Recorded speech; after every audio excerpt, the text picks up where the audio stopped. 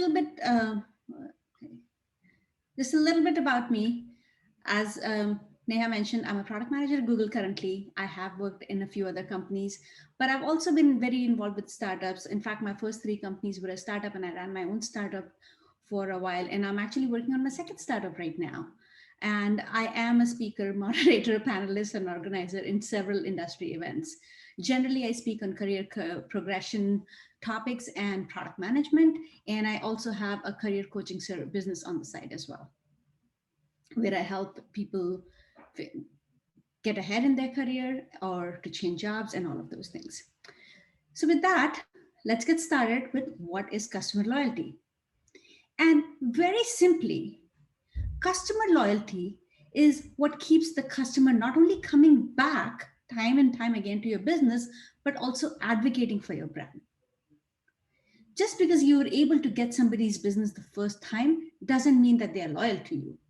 But if they come back and buy more things from you, in fact, if they come back and buy not that one product, but some other products from you, and if they advocate on your behalf to other people, if they recommend you to the other people, if they're willing to feel emotional about you, that is when you know that they are loyal customers. So how do you know if the customers are loyal to a brand, or your brand? The big question is, do they trust you? Do they trust you that when they buy a product from you, they're going to get certain quality and certain experience? Do they trust that when things go wrong, you will take care of them?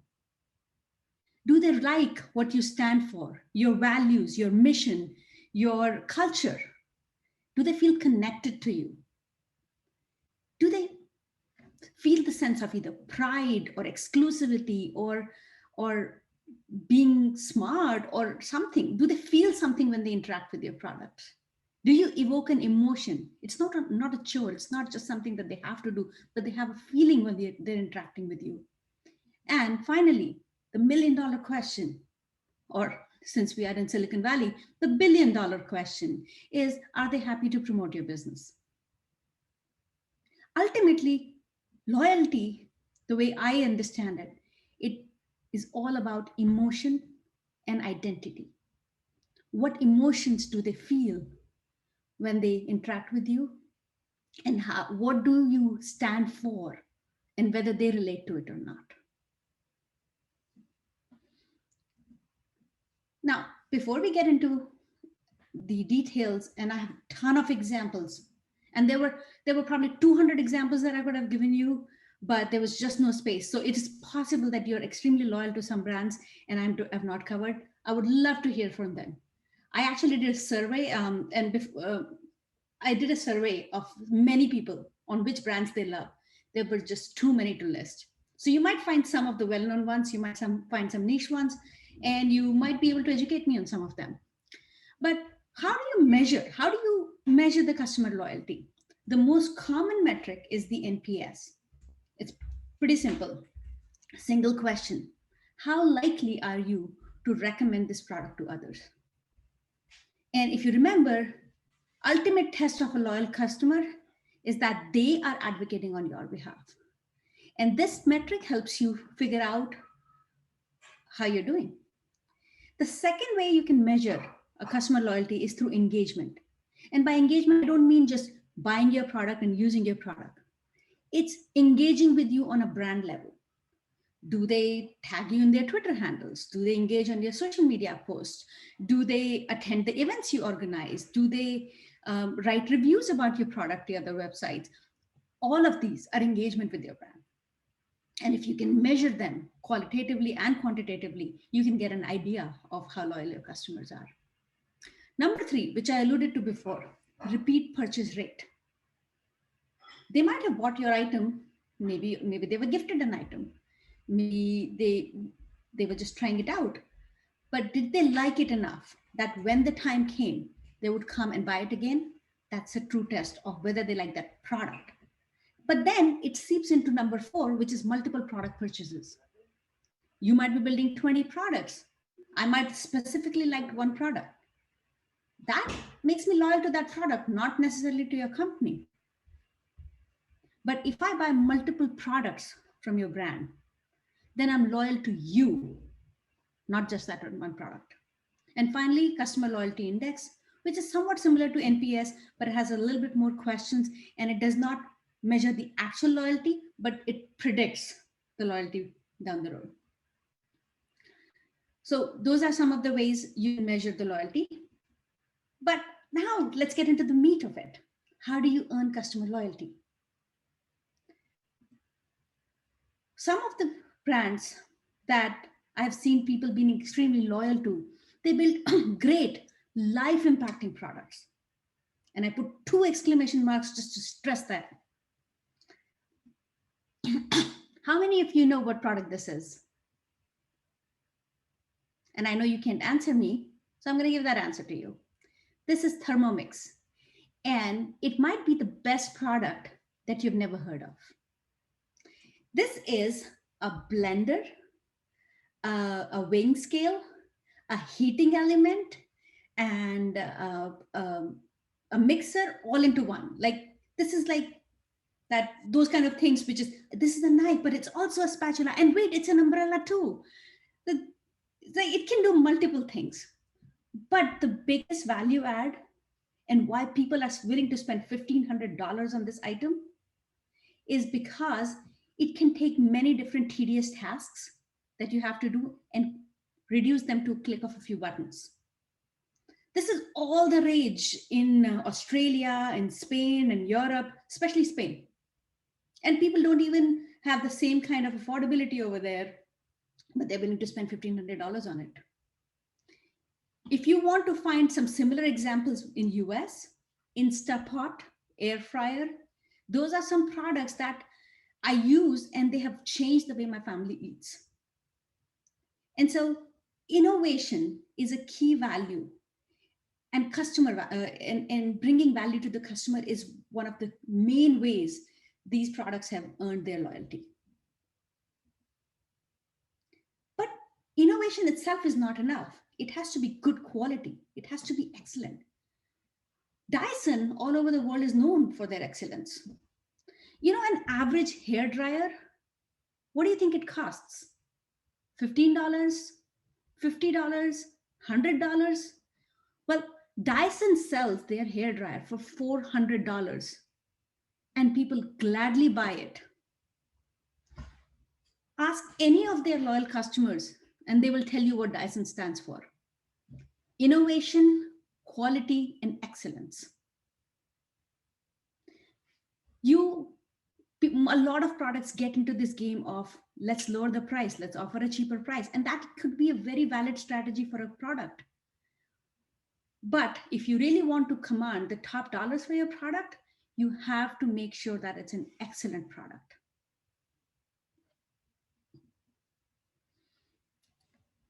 Remove the constraints from people's lives. I don't even want to remember the time when Google Docs was not there. When I had Microsoft Office and I would work on that document, and if I needed some input from Neha, I would going to email that to her and then wait for her to send it back to me. And then if I also had Reese and everybody else, then we were sending that emails back and forth. And it was a nightmare to know which version was the latest one and how we can work together. Now, all I have to do is write the document, share it with them, and we are collaborating real time. Removing of those constraints have completely changed how office work is happening today. And so the summary that I'm trying to tell you over here is that Google Suite, when G Suite started, they could have built the same thing that their competitor had, but they took a step back and reimagined the space. So when you are introducing a new product in your company, it is very easy to fall in the trap of let's just see what our competitors are doing and let's just go and build that. But take a minute, take a step back and say, can I approach it slightly differently? Can I actually solve the bigger problem, not just this micro problem, which is writing a document, but what is the user trying to do with that document? Jobs to be done is a great framework for that. And so if you can focus on what is the customer trying to accomplish and actually solve that, you can have a really innovative product at your hand. The second principle is multi-touchpoint experiences. A lot of companies, they build a product, they sell it, and they forget it. But the customer doesn't just wake up one day, goes and buys that product and ends the interaction. In fact, you are trying for the customer to come back to you again and again. So you have to think of the entire life cycle of the customer from the time they decide they even have a pain point, from the time they decide that they even need a product, to that whole investigation phase, the consideration phase, the buying phase, the opening of that product, the usage of that product, getting support. And then when it's ending the sunset or when they're ready to buy a new replacement product, that whole lifestyle is a life cycle has multiple places where you can engage with them and actually build that relationship. And if you are consistent in the way you interact with the customer along all of those touch points, they know what you stand for, they know your quality through all the different places, and it enforces your brand, it engages, it promotes loyalty. Now let's see some examples of this. Number one, the boxes that started the unboxing trend. Before iPhone came along, how many videos on YouTube you would have seen where somebody was actually opening the product and then the whole unboxing was happening? I mean, Apple could have just sold the phones. They could have come in a simple Ziploc bag around the bubble wrap and here's your phone. But they made a big deal of the whole experience. Then think about the way the nice, the inside part of the packaging. Think about the branding in the Genius bar. Think about all of the things that Apple does. There is an opportunity to convey your values. One of the core values for Apple is beautiful design and aesthetic experience, and they are showing it not just through their products, but everything that surrounds it. When we're thinking of the entire life cycle, we always keep on focusing on how do we get the customer acquisition cost, the customer conversion, X, Y, and Z.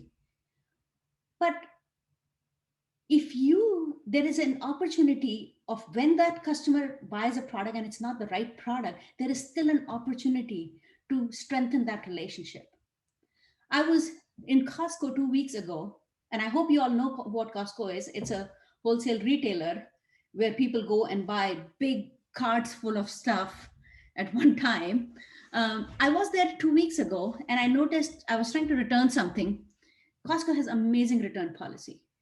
I especially am willing to pay, and I know several other people are willing to pay higher amount of money for a product that's bought from Costco because of the return policy. And it was exemplified 2 weeks ago when I was standing in return line and the woman in front of me had flowers that she was returning. And not just any flowers, they were dried flowers. They were past their expiration date.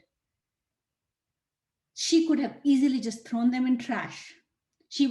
It was very clear that she probably was coming 2 or 3 weeks after those flowers were bought, and they returned it, no questions asked. And when you have an experience like that, you're probably willing to go that extra step and pay that extra amount because you have the peace of mind compared to Amazon. And I know a lot of people love Amazon, but you return a few items over there and you're going to be blacklisted. And I know several people who are diehard fans of Costco, and return policy is one of the things. Then the next thing is to not just think about individual products. And a lot of big companies are guilty of it. I'm not going to name names. There are a lot of companies where they were building this and this. Why? They're overlapping. They're not working together. There is no cohesiveness. But if you can build an ecosystem where all of your product offerings come together to give a seamless experience, there are more reasons for your customers to stay within the ecosystem than go out for that one product who might be a little bit better on some aspects than your current offering. When I send a message on iMessage, And somebody responds, even if I don't have my phone next to me, my MacBook has that, my Apple Watch has that. It is just so easy. Why would I want to buy another watch from another provider and break that ecosystem? So, as a product manager, when especially working on a product line where there are multiple products, make sure that not only you're focusing on building the best product that you own, but it actually adds value to all the other products that your company builds. And that could be another way to keep that customer satisfied within your product ecosystem. Now, we spoke about innovation, we spoke about the life cycle, but now let's talk about the human, the emotion part of it. And the lesson to be learned here is you don't want to just build a company, you want to build a community, you want to build that feeling of belonging. And nobody exemplifies that better than REI. REI is actually an outdoor co op. And it's not just your regular co op, it has 17 million members and growing. And REI stands for the love of outdoors. It's exemplified everywhere in their collateral, in their products, and even the fact that on Black Friday in 2016, they decided not to have their stores open and they said, make it an outdoor day, which the customers appreciated. It was a huge gamble. I mean, Black Friday is a great or a really important milestone for a lot of companies in terms of revenue, and they decided to shut it down on that day. And you know what? That gamble paid off. Since then, every Black Friday, REI is closed and the employees are spending their time outdoors. But the point that I'm trying to make here is that REI exemplifies their love of outdoors, and then people who resonate with that come along. And REI doesn't just sell products, they do events, and not just any small number of events, they do thousands of events, and people come and attend those. That's the kind of engagement that they have with their tribe. And when we are talking about tribe, do not forget employees. Happy employees make customers happy. There are a lot of reasons why customers love Southwest.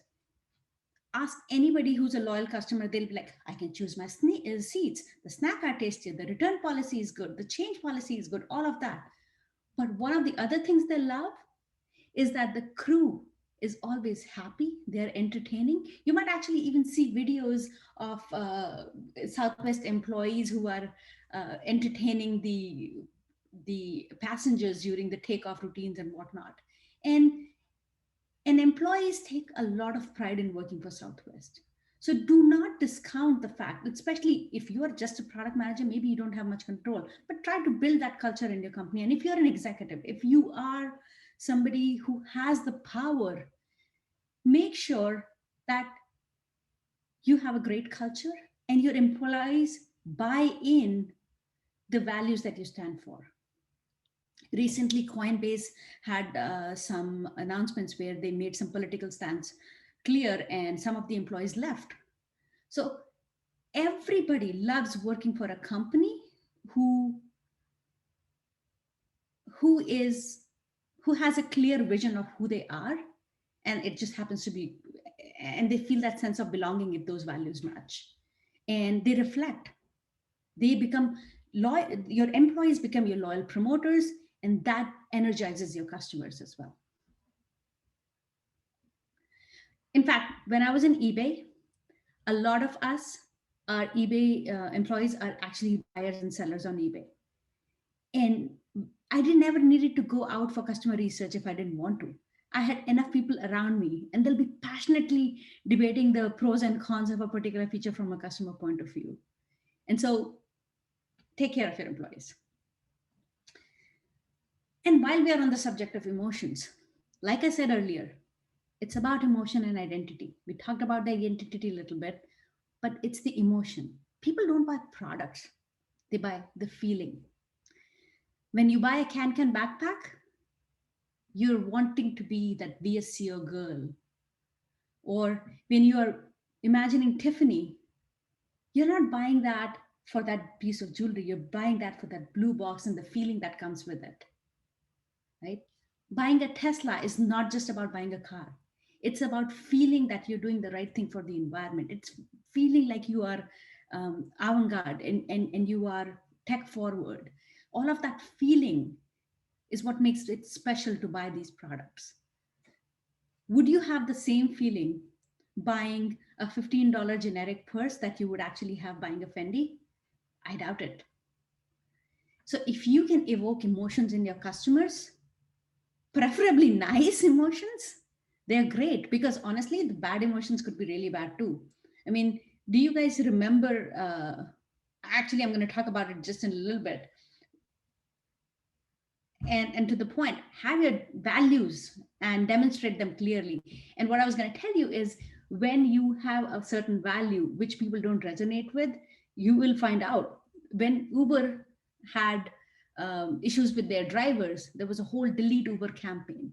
When DoorDash was found to be eating up their dashers tips, there was a whole boycott of DoorDash.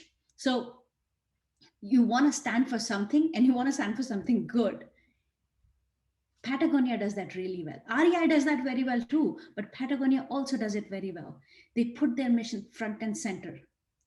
When our president turned two of the big areas, two big national parks, and removed some zoning restrictions and made them available for commercial purposes, Patagonia was one company who spent their entire web page real estate to help people be aware of that.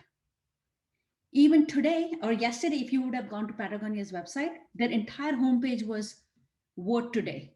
They didn't care about selling your product yesterday. Yesterday, it was all about voting. So when you have a company like that, a lot of people resonate with those values, and they feel like this company stands and represents them, and it pays off in brand loyalty. Nike is another one. Do you know what Nike stands for? It doesn't stand for those fancy athletes and everything. Actually, what Nike really stands for is for human potential. Their taglines, just do it, or taglines, greatness is in you. Like they have several taglines, and every commercial that they do is a homage to that human spirit. They might be using well-known athletes. They helped. They stood up with along with the Colin Kaepernick, but they might also be just using no-name people. But that's what they stand for, and people love that. Ben and Jerry's is another example. In the interest of time, I'm not going to go too deep into it, but many people, including my daughter, pay top premium price for Ben and Jerry. On the same shelf, you'll have $2.99 big ice cream cartons, and then you'll have $4.99 small cartons, and people will go and buy that. And some of those have actually told me that they buy especially because they support Ben and Jerry's effort to rehabilitate incarcerated people. They even convey that in their name of their flavors, justice for all. That's actually a flavor of ice cream they sell, and people love that.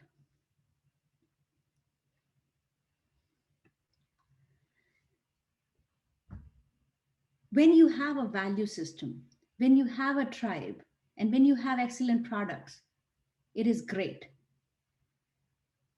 And you know what can make it even better is being human and taking care of customers when things go wrong. Things don't always go perfect. Even in the perfect scenarios, you might have something that goes wrong. And when something does go wrong, this is a great time for the company to reinforce that relationship and take that first time customer, and instead of having them leave your brand and go to another product, turn them into a loyal customer. And I will share a couple stories about it. So this particular place that you're seeing, this is Ellsworth Estate, Ellsworth in Haley, Idaho. It's near Sun Valley. And the reason I want to bring this up is this is not a brand that you would know of. This is actually a bed and breakfast that you probably have never heard of and will probably never interact with. But 2 years ago, I was traveling to Sun Valley, Idaho with my daughter. And right as I was sitting on the airport, Expedia called and informed that they were canceling my booking because they had overbooked that particular hotel. I did not have a place to go. And I knew how hard it was to get a booking at that time because there was a big convention and a couple other competitions going on in Sun Valley, which I was actually going. And I knew that it wasn't easy to find anything in the vicinity of that area. The earliest I could find was much farther away, and it would have made me late in the morning. My daughter was competing, and we had to be there on a certain time. And I did not know what to go. And we were ready to actually land there in the evening, not knowing where to go, rent our car, and just probably sleep in the car. The owner of this motel calls me and communicates that this thing happened, the booking and everything. But when I tell him my situation, he offered to have me stay over with him in his house. I declined because of safety reasons, and I didn't want to do it. And when I land at Idaho, um, I got a call again, and he informed me that he had booked me a suite in another hotel. That was the highest available room in that hotel, but there was nothing else available. So for that $100 room that I was renting here, he went ahead and bought that $300 room for me, and he had me stay there. He had me come over to his inn and offered to make breakfast for me. He gave me his bikes, which I didn't take, but he said, come over, I have bikes and I will show you around the area. He made sure that that experience did not dull my whole trip. And Expedia actually did not pay him for that booking at all. So a few weeks later, when he called me and said, Expedia has not paid me, and I'm not expecting that you pay me, but is there anything you can help? I gladly paid for that $300. And I tell about this to everybody. And whenever I go to Sun Valley, this is the only place I'm going to be staying with. So I want to show you how, even when something goes wrong, if you just put the profits aside for a minute and actually do the right thing by your customer, it can pay off. And I have a similar story for Priceline also, but in the interest of time, I'm going to keep it short. And what happened was I had an express deal. These express deals are unchangeable, non-refundable, but due to some circumstances, my plan changed. I was not expecting them to do anything, but I called nonetheless. And they said, let us see what we can do. And they changed it. I did not expect, and I would not even have felt bad if they would have said, sorry, this is our policy. But they did that. And now those two things happen in the same year. And now I do not go to Expedia, and I always go to Priceline. And I'm just going to skip this, but you being flexible with your shipping policies and whatnot and encouraging trials and not punishing them for changing their mind is a great way to earn loyalty as well. But now that you have loyal customers, what do you do with that? Of course, it translates into repeat purchases. Of course, it translates into promoting you. But can it help, let's say, enterprise customers? And the answer is actually yes. Zoom is a prime example of how loyal customers can force big companies to adopt a particular product. In fact, Slack is one, and I'm going to talk about them in one go. These two are examples of something we call consumerization of IT. What does that mean? It basically means that the bulky big products that IT companies normally buy and then impose on their employees are not resonating with the employees. What they want is products which are actually like consumer products. They are lightweight, they work well, they are designed well, and they're familiar because that's what they've been using outside. And they are the ones, these customers are the ones who are forcing these IT departments to adopt these newer products that they were probably not going to go and use. So the way Slack does not go and talk to your companies and tries to sell them.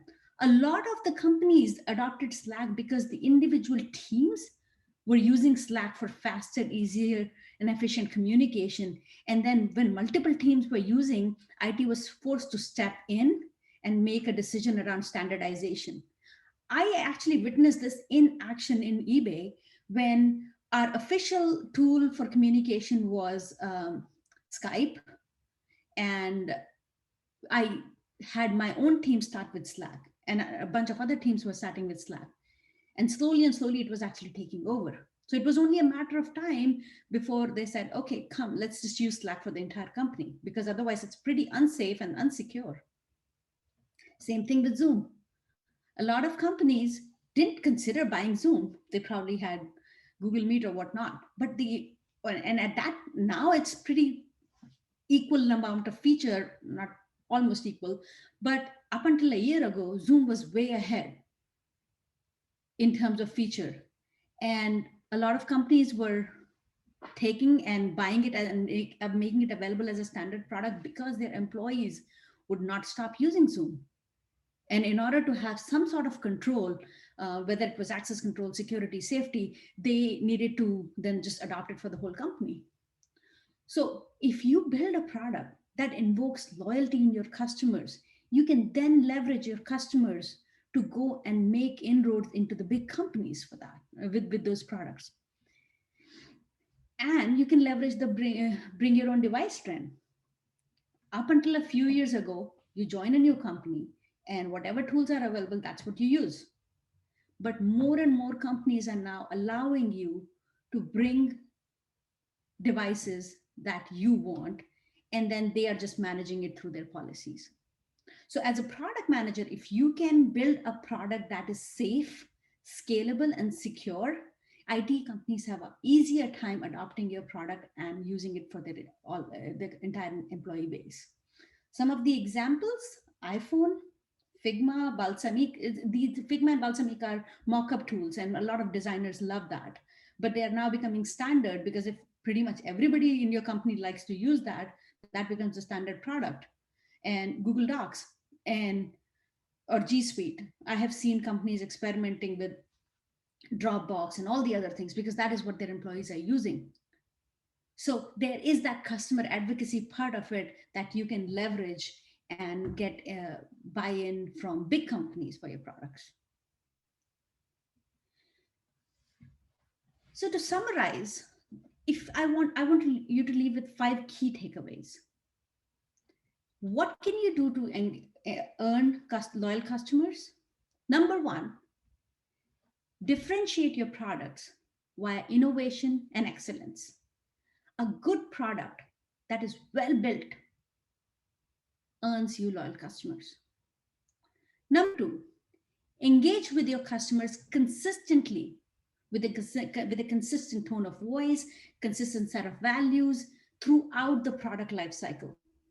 And don't leave any opportunity on the table when you can reinforce that brand and improve that relationship.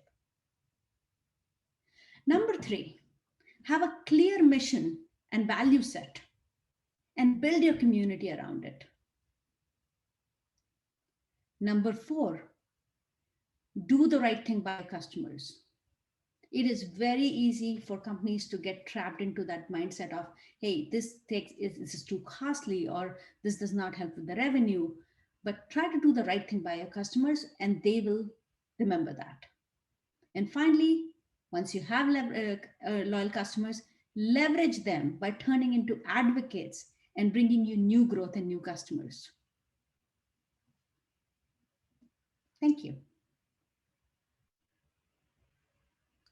Awesome. Thank you, Shilpa. That was great. And, really strong principles that we could remind ourselves of while we're building products. We'll open up for questions. This is the time you can unmute yourself to ask a question or put it in the chat, and or even have a discussion around certain topics if they mean. I know this was high level. If there are conversations around how you can apply some of these to your specific products, is a great opportunity to consult with Shilpa as well.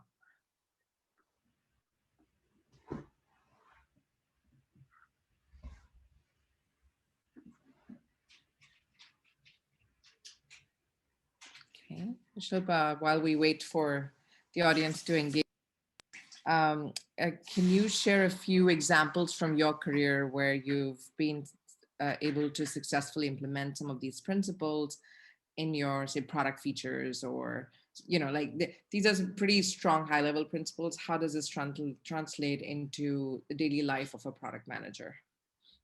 So I'll give one specific example. Back in eBay, there was a particular functionality that would let buyers and sellers connect with each other. And in some cases, if the buyer was not happy with the purchase or whatnot, they could actually find the contact information of a seller that included their phone number and their location, which was a huge privacy concern. And I wanted to sunset that feature because a lot of, not a lot, but some of our sellers had faced harassment because of this. So I wanted to make sure that if there were an unhappy customers, they don't get PII information of sellers, and they were able to go through the customer service. Problem is the customer service call, every call costs money. And so for a customer service group where they want to help the customers, but they want to keep their costs down, they actually like that feature because they said, hey, they can directly go and interact with each other. But I was able to successfully campaign for shutting down that particular area, and just have the customer service being involved as a mediator, so that some of the customers who actually, I had particular seller tell me that they had to change the phone number because of the harassment. And so we would not want to stand for that. So I was very happy when we were able to do that. And I said, it does not matter the cost, but we have to do the right thing by both the buyer and the seller. That was one example. The other place is, and this is something that happens all the time in many different companies. I normally would want to propose a feature and we say, yeah, we would want to do this. And then they say, why don't we just look at X, Y, and Z competitor and just figure out the next step? And I say, I will do that, but I'm not going to make a Me Too product. What I really want to do is solve the right problem. And so it's okay. In fact, it's nice that you look at competitors and you do an analysis, but they have to let your competitor play their game and you play your own game. You figure out what's right for your customers, for your business, for your product, and you make that decision. And I've seen a lot of people falling in the trap of just let's just make whatever the big guy made because that must be right, and that's not true. Super. Very helpful. We have a question from Khadija, who says, do you think transitioning into product manager role after being a data scientist for a few years is advisable? And can you please share what your journey was to becoming a product manager? Hi, Khadija. You should not transition into any field unless you know why. If you want to transition to product management role, it's because that is the right choice for you. And what I mean by right choice, I often give my mentees this framework that you have to think of 4 circles, and you have to say, this is the circle of things that I do really well. This is the circle of things that pay well. This is this or are in demand. This is the circle of things that I enjoy doing. And this is the circle of things that impact people. And now it's possible that you might not give equal weightage to all the circles.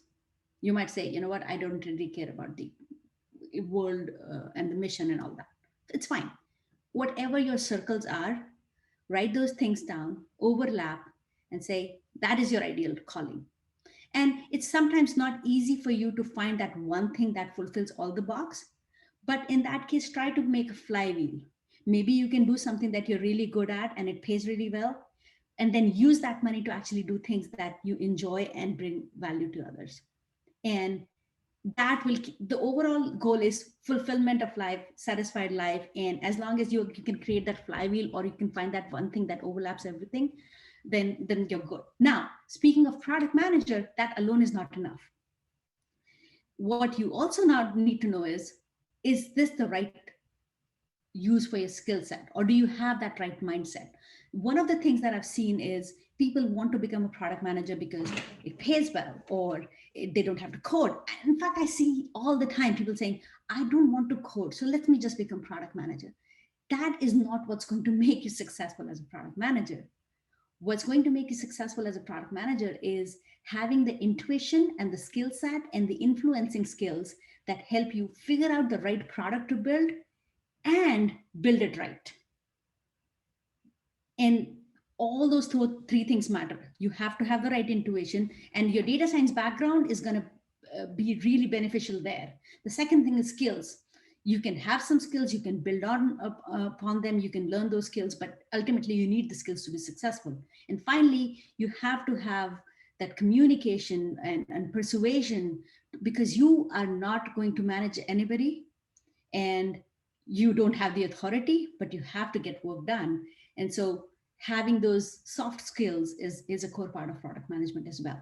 So evaluate your own skill set against these things, preferably shadow a couple of product managers if you can, and see, is this something that I would enjoy doing on a day-to-day basis? And if the answer is yes, then figure out your skill set gap and address that. Being a data scientist, you have some advantage in that area coming in. You now probably have to work on customer empathy. You have to work on the other aspects of it.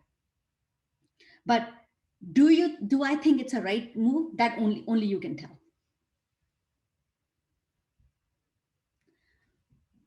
And what was my journey of becoming a product manager? Well, there was an unofficial journey, and then there is an official journey. So when I started on my very first startup, my CEO, who was the founder, I was employee number 5. He was very involved in everything. And being employee number 5, you have to wear multiple hats and you have to do multiple things. So that was a great internship, my product internship, because I was working very closely with him. In fact, after a couple of years, he actually started introducing me as a co-founder, because he thought I worked as hard as much, and he promoted me. Even though I was a newbie, he promoted me all the way up to chief engineer. But and it would irk the director of product management so much, because both of us will be doing in there arguing about every single thing. But I learned so much about marketing, customer development. We reached 1 million customers, by the way, and then the company died, so that was unfortunate. But I learned a lot, and that was my unofficial training. Then I had my own company, and for that, my company, I would go and talk to my customers, and oftentimes they would say, here's the feature I want your company to build. And I'll be like, okay, but what are you trying to solve? And I would often find that they have missed the pain point. They're doing a band-aid, not really fixing the actual issue. And so I would go back and say, I think you need to build this. And that really strengthened my product thinking. And it was all unofficial. I wasn't a product manager. Then a few years later, I was in HP. And all throughout, I'm engaged in all of these things. And there, as an architect, I'm designing platforms. And that got me the whole big picture thinking as well. So amazingly, I went to Microsoft after that, and I went for a software engineer interview, and they changed the interviewers on me in the middle of the interviewer. Nonstop interview, a 4-person loop turned into a 9-person loop, and so on. And then they came back and they said, we would like you to be a product manager. And I said, let's give it a shot. And luckily it worked out. I love it. And so here I am. Super. Thank you, Shilpa, for sharing that with us. Any other questions? Any comments, suggestions that folks would like to share with the audience? We also allow people to do shout outs. So if you're hiring in your team, or if you're looking for a job and you want this group to know, this can be a great forum to share those.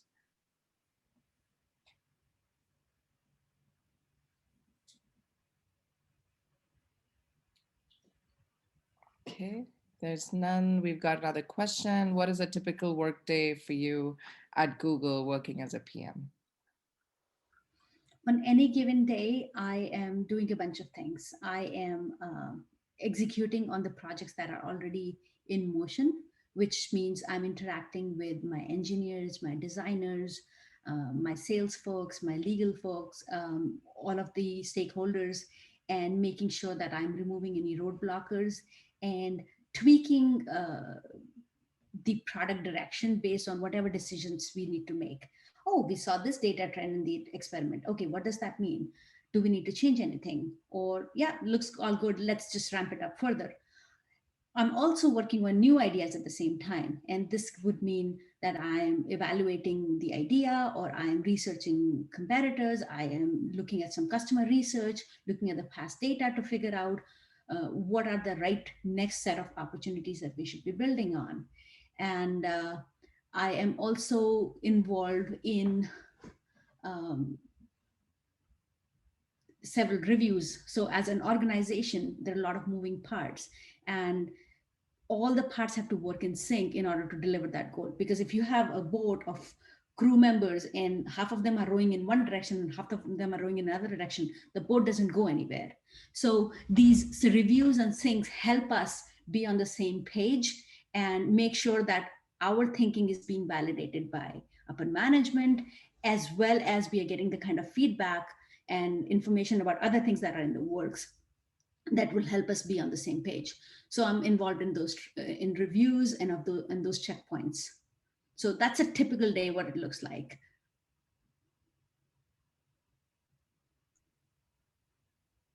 Okay, thank you, Shilpa. That was very helpful. Any other thoughts, comments? Anybody wants to share a shout out?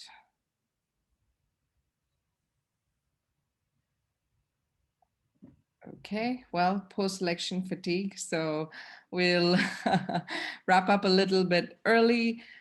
Feel free, Shilpa, what is the best way for people to get in touch with you? LinkedIn, do you want to share your email ID? How do you want to make sure that the folks who want to get connected with you have the opportunity to? And actually, we have a question. Odeon, you want to pose your question? I can just, I'm trying to type it up and it's taking me longer, so I'll just speak. Thank you so much for the presentation so far. This is pretty good and pretty fascinating. I appreciate it. I'm a fairly new PM, so about 11 months in as a PM. I work in consumer products, and I actually will be starting just on the side, a marketplace finance, like a web app to help people with their credit, because I also have a background in finance as well. So that's a need that I've seen in the industry, and it's been so far really helpful. And we've actually had a lot of customers even without building a product. So I was like, I guess it's taken too much of my time to automate it. So I was like, okay, I guess we should build something to help with the automation.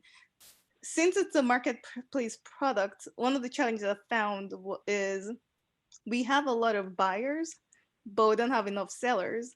How would you go about your background in eBay? How do you go about resolving that issue so that way we can have enough sellers to kind of make up for the demand?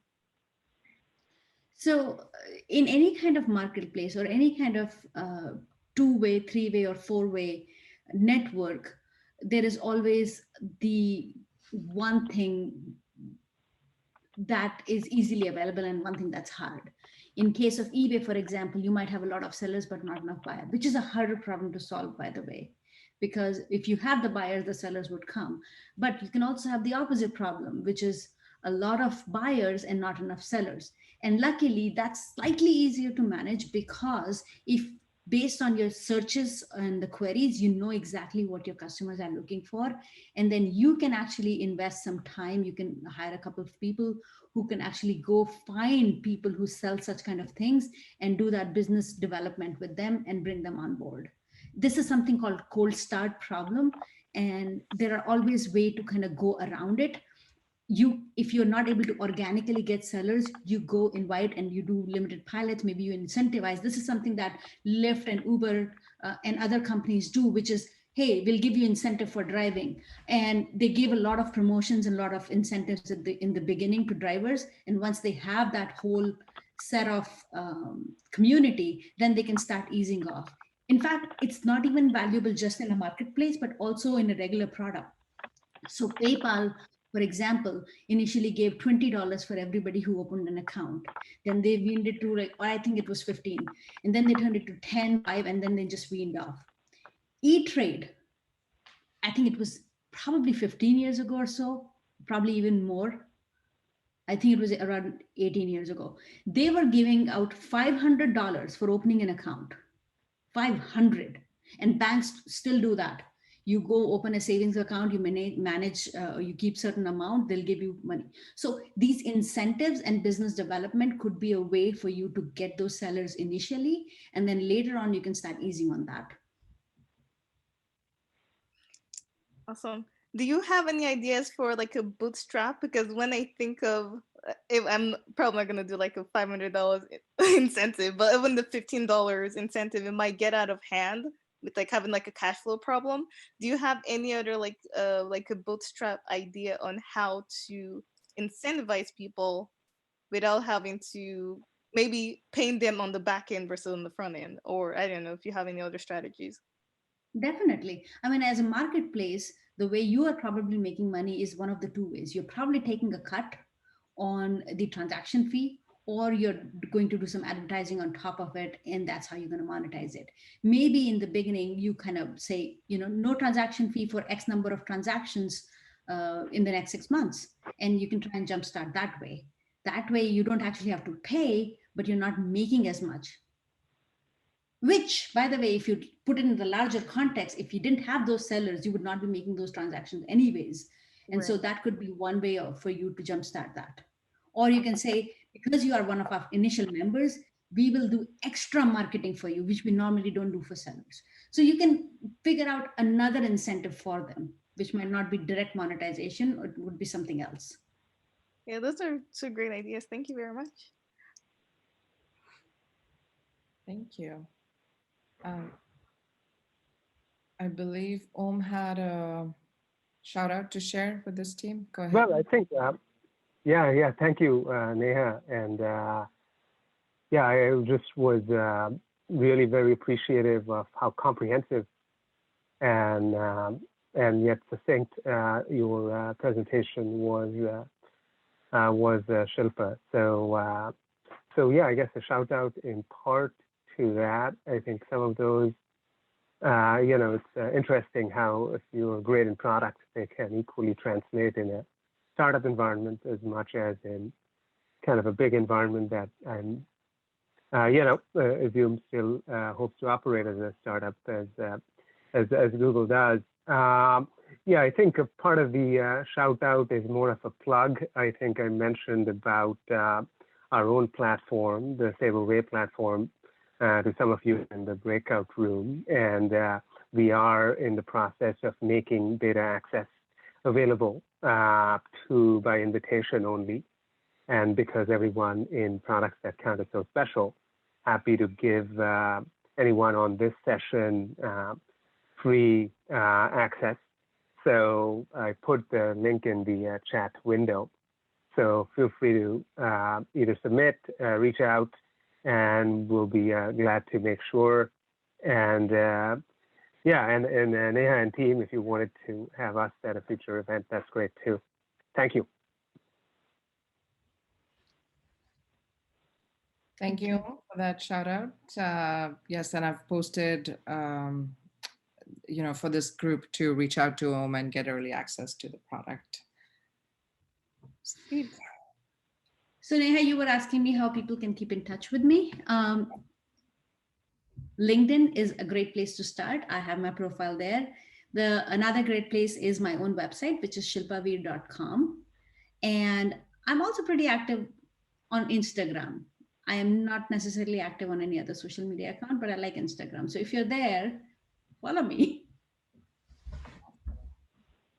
Thank you. Yeah. And we'll get to see some of your fun travels as well. All right, we'll call it a wrap just on top of the hour. Please note that you will receive a survey to give feedback based on today's talk.